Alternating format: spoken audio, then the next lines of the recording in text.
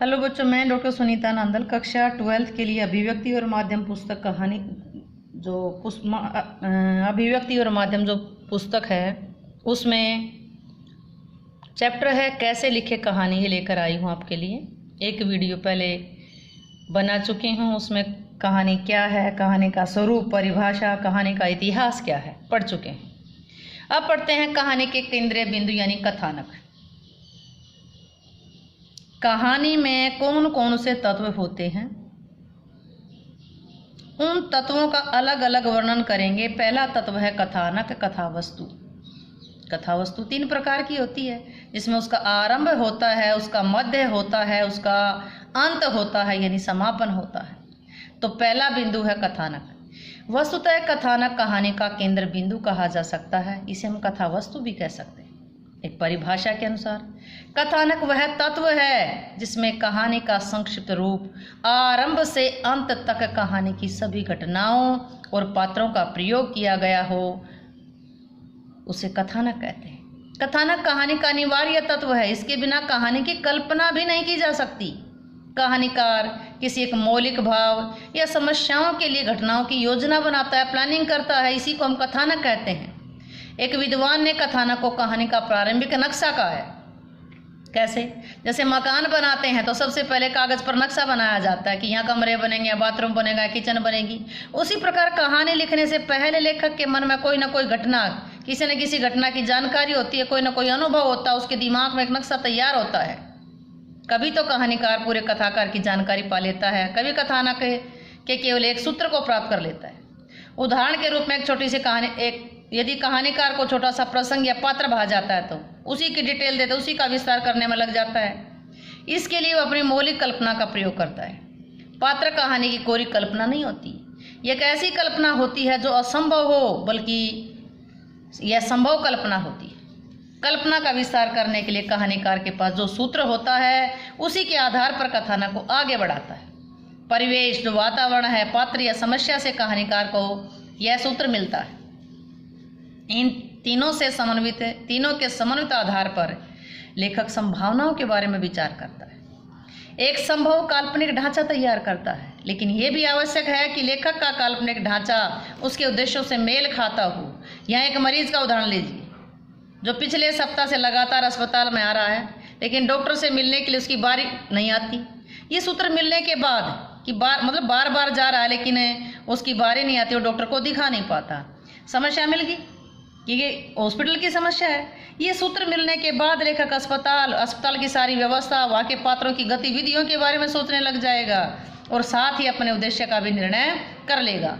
यहाँ 2-3 बातें हो सकती हैं।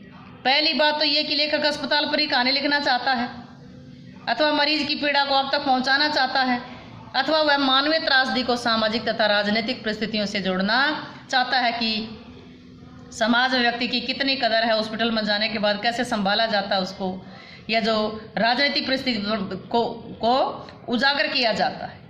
तो ये था कथानक यानी कि कथावस्तु। एक कथानक में अगला देखते हैं, कथानक में आरंभ, मध्य और अंत के महत्व को स्पष्ट करें। हमने पहले डिस्कस किया है। कथानक को 3 भागों में बांट दिया। आरंभ है, मध्य है यानी कि शुरुआत है, उसका बीच और अंत है।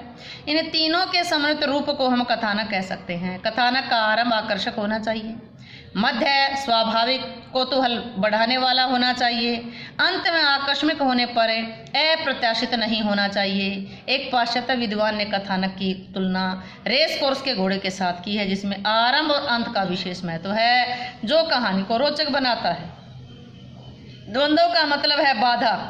कहानी में परिस्थितियां इस प्रकार उपस्थित होती हैं कि रास्ते में बाधा उत्पन्न होती है, जिससे द्वंद्व की उत्पन्न होती है। कथानक की पूर्णता तभी पूरी होगी जब कहानी नाटकीय ढंग से अपने उद्देश्य को पूरा करके समाप्त हो जाएगी, परंतु कहानी में तब तक रोचकता बनी रहनी चाहिए। द्वंद्व के कारण भी रोचकता बनी रह सकती है। जिस कहानी में द्वंद्व नहीं होगा, टकराव नहीं होगा, बाधा नहीं होगा, तो कहानी वहीं की वहीं खत्म हो जाएगी। इसलिए द्वंद्व होना जरूरी है, द्वंद्व के कारण ही कहानी में रोचकता आती है। अगला है कहानी में होता है देश, काल, वातावरण, परिवेश का जिक्र आया है। कथानक कथावस्तु पढ़ी हमने। कथावस्तु में 3 चीज़ें आई हैं, आरंभ आया है, मध्य आया है, अंत आया है। अब कहानी में देश काल और वातावरण, आपने कहानी पढ़ी होगी, कुछ में दिखाया गया है कि अगर ऐतिहासिक है तो वहाँ पहाड़ों का दिखा दिया, युद्ध का मैदान दिखा दिया और कुछ दिखा दिया, तो मतलब उससे संबंधित वातावरण पहले तैयार किया जाता है। कहानी की प्रत्येक घटना, पात्र और समस्या का अपना देश काल स्थान और परिवेश होता है।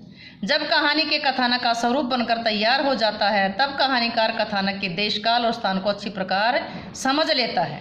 यहाँ इस बात का उल्लेख करना उचित होगा कि कहानी को प्रामाणिक या रोचक बनाने के लिए देश काल और स्थान का विशेष महत्व होता है।